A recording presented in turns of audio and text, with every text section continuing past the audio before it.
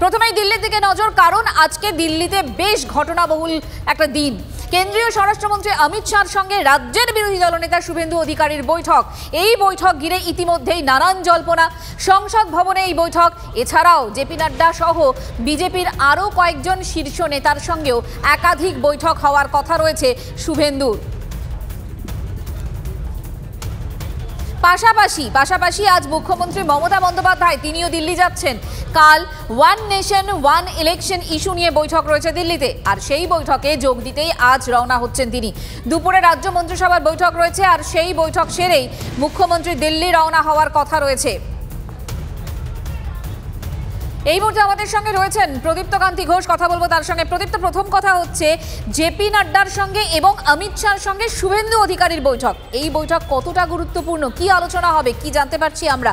দ্বিতীয়ত, মুখ্যমন্ত্রীর দিল্লি সফর কতটা তাৎপর্যপূর্ণ?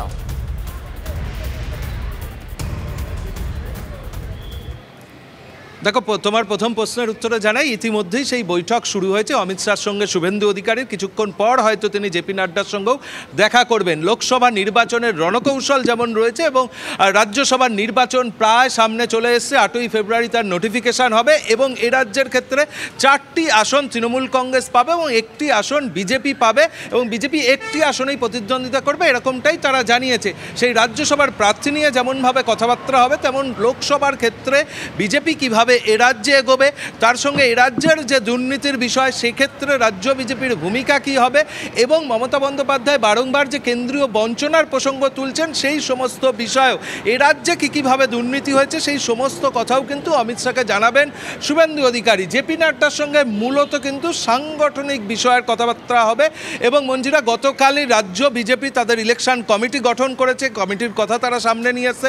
ফলে সেই কমিটি কিভাবে কাজ করবে তা নিয়েও জেপি নাড্ডার সঙ্গে যেমনভাবে কথা হবে, তার সঙ্গে যে জল্পনা এখন চলছে তা হলো কেন্দ্রীয় অর্থমন্ত্রী নির্মলা সীতারামনের সঙ্গেও শুভেন্দু অধিকারীর কথাবার্তা হতে পারে। তার কারণ সেই কেন্দ্রীয় তালিকাটা তুমি বলছো একেবারে শীর্ষ নেতৃত্ব, এবং সেখানে যদি সাংগঠনিক বিষয় হোক বা ভোটের বিষয় নিয়ে আলোচনা, শুভেন্দু অধিকারী একা আলোচনা করতে যাচ্ছেন, বৈঠক করতে যাচ্ছেন, আলাদা করে গুরুত্ব পাওয়া নয় কি মনে করছে রাজনৈতিক মহল?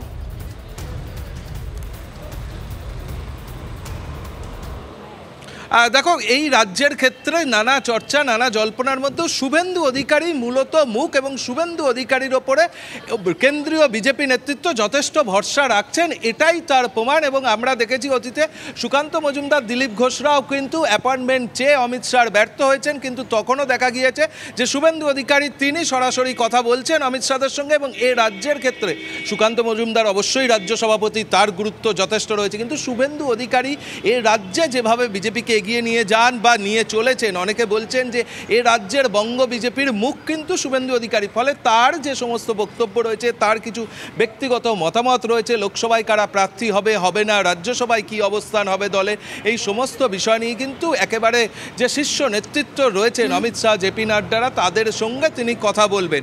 তুমি যে প্রথমে দ্বিতীয় প্রশ্নটি করেছিলে, মমতা বন্দ্যোপাধ্যায় তিনি যাচ্ছেন, তার যে আনুষ্ঠানিক কর্মসূচি রয়েছে তা হলো এক দেশ এক ভোট নিয়ে যে বৈঠক রয়েছে, আগামীকাল সকাল 10টা নাগাদ সেই বৈঠক শুরু হওয়ার কথা।